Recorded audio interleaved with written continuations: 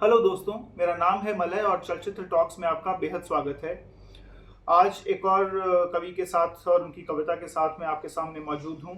चूंकि कल fathers day था तो इसलिए मैंने सोचा कि क्यों ना फादर्स डे से जुड़ी या पिता हम से जुड़ी कोई एक कविता मैं आप लोगों के साथ आज शेयर करूँ।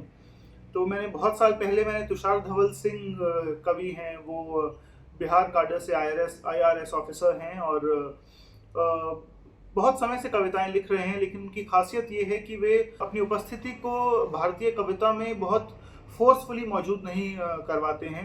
बहुत ही सहज और बहुत ही आम भाषा में वो कविता लिखते हैं और उनके जो बिंब हैं उनकी कविता के, वो आसपास की चीज़ों से निकल कर आते हैं।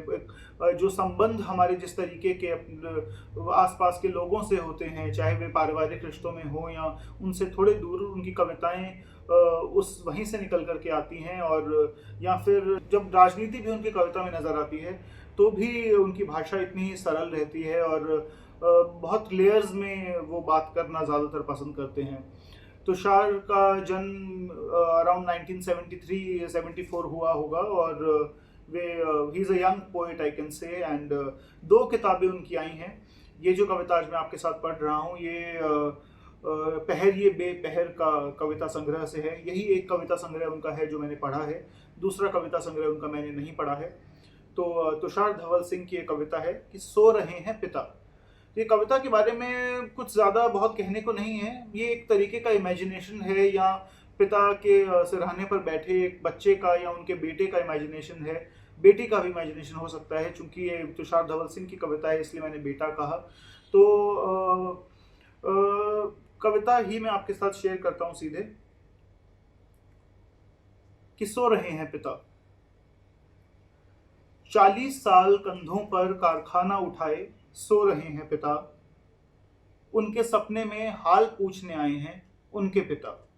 कि 40 साल कंधों पर कारखाना उठाए सो रहे हैं पिता। उनके सपने में हाल पूछने आए हैं उनके पिता। पिता होना एक परंपरा है। पिताओं की श्रेणी में सभी पिता हैं, पुत्र नहीं। सभी वहां घुलकर तत्व हो गए हैं। पिताओं के लोक से कुछ पूछने बताने स्वप्न में आए हैं उनके पिता। पुत्र से बनकर वे पुत्र को बनाते हैं पिता।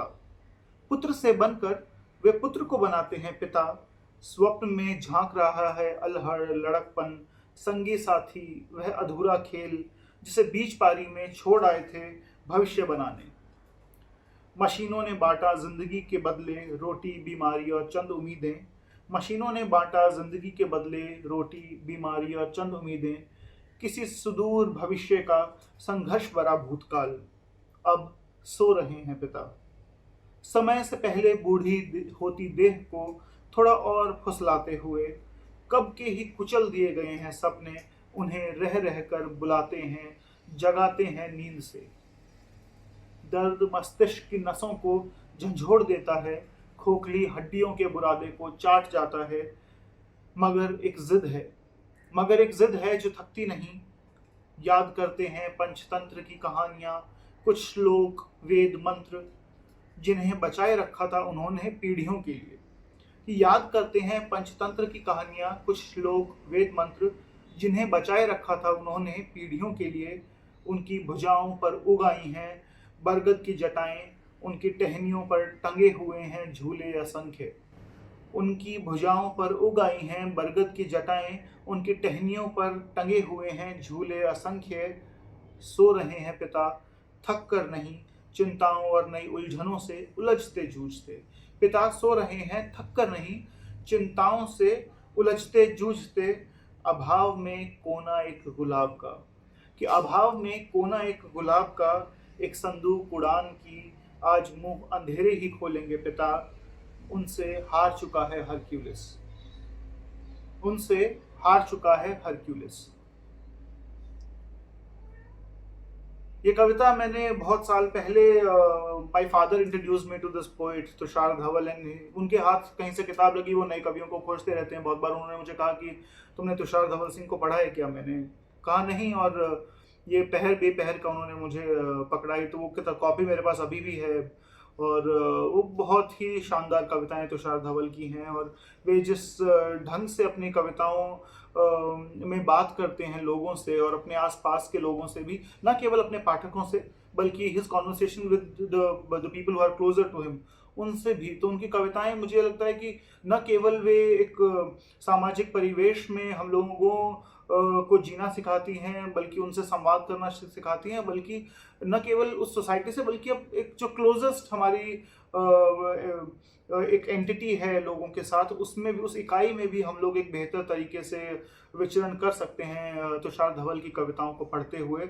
और सबसे अच्छी बात यह है कि उनकी कविताओं में कोई लाग लपेट, कोई किसी किस्म का एक फोर्सफुलनेस नहीं है, कोई एक भी एक्स्ट्रा, एक उनकी कविताएं पढ़ते हुए लगता है कि एक भी एक एक्स्ट्रा शब्द वो इस्तेमाल नहीं करते हैं कि जिसे वहाँ नहीं होना चाहिए था।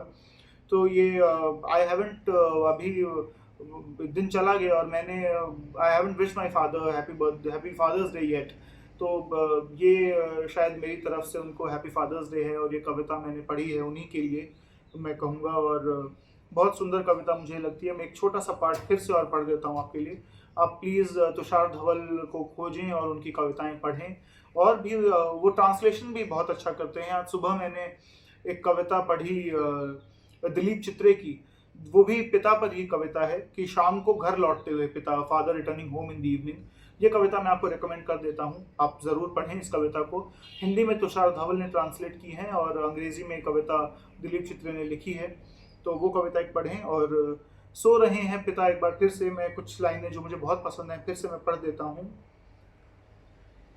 सो रहे हैं पिता थक कर नहीं, चिंताओं और नई उलझनों से उलझते जूझते, अभाव में एक कोना गुलाब का, एक संदूक उड़ान की, आज मुंह अंधेरे ही खोलेंगे पिता।